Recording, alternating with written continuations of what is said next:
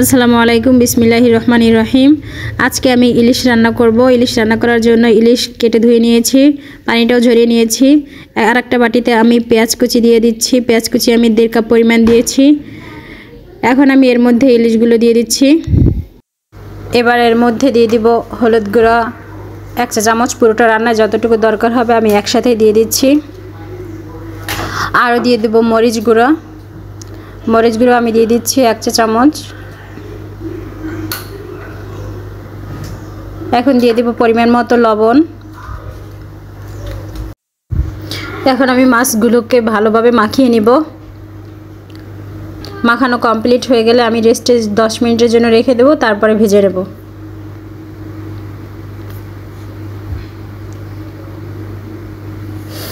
ভাজতে চুলায় দিয়ে দিয়েছি।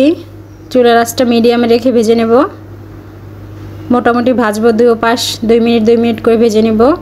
এখন আমি অন্য প্রসেসে চলে আসলাম। এখানে পেঁয়াজ কুচি নিয়ে নিয়েছি 1.5 কাপ পরিমাণ, আর দিয়ে দিচ্ছি রসুন বাটা 1 চা চামচ পরিমাণ হবে।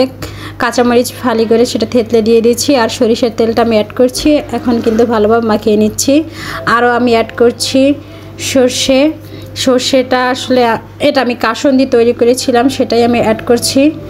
আমি কাসুন্দির পরিমাণটা হচ্ছে যতটুকু অ্যাড করছি তাতে 2 টেবিল চামচ হবে। মাছ ভাজা কমপ্লিট হয়ে গিয়েছে। কড়াইতে আমি পেঁয়াজের মিশ্রণটা ঢেলে দিচ্ছি। এখানে আর একটা জিনিস আমি করেছি, ভাজা মাছ থেকে যে তেলটা বেঁচে গিয়েছিল সেটাও কিন্তু পেঁয়াজের সাথে অ্যাড করেছিলাম, সেটা আমি দিয়ে দিয়েছি। এই তেলে আমার পুরোটা রান্না কমপ্লিট হয়ে যাবে। এখন এটা আমি ভালোভাবে কষিয়ে নিচ্ছি। কষানো কমপ্লিট হয়ে আসছে। এর মধ্যে আমি পানি দিয়ে দিচ্ছি। পানির পরিমাণটা মোটামুটি দেব। যারা বেশি ঝোল ঝোল খেতে চান তারা একটু বেশি বাড়িয়ে দিবেন পানিটা। আমি মাখা মাখা রান্নাটা করব, তাই আমি মোটামুটি দিয়ে দিয়েছি। বলক চলে আসছে, ইলিশগুলো দিয়ে দিয়েছি। এখন আমি ঢাকনা দিয়ে ঢেকে দেব। আর একটা জিনিস, লবণটা অবশ্যই টেস্ট করে নেবেন, প্রয়োজন হলে একটু বাড়িয়ে দিতে পারেন। মিডিয়াম আঁচে আমি রান্নাটা কমপ্লিট করছি। তো রান্নাটা প্রায় কমপ্লিট হয়ে গিয়েছে।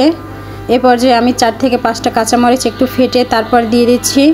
এই কাঁচামরিচ দিয়ে দেওয়ার কারণ হচ্ছে এর ভিতর থেকে যে সেন্টটা আসবে সেই সেন্টটা কিন্তু অনেক দারুণ একটা সেন্ট হয় এবং রান্নার টেস্টটাও বাড়িয়ে দেয়। আর যারা ঝাল খেতে পছন্দ করেন তারা এই মরিচটা খেতে পারবেন। এই রান্নাটা যদি আপনাদের ভালো লেগে থাকে তাহলে অবশ্যই লাইক কমেন্ট শেয়ার দিবেন। যারা ইউটিউব থেকে দেখবেন সাবস্ক্রাইব করবেন, যারা ফেসবুক থেকে দেখবেন ফলো দিয়ে রাখবেন। এতক্ষণ ধরে আমার সাথে থাকার জন্য আপনাদের সবাইকে অসংখ্য ধন্যবাদ।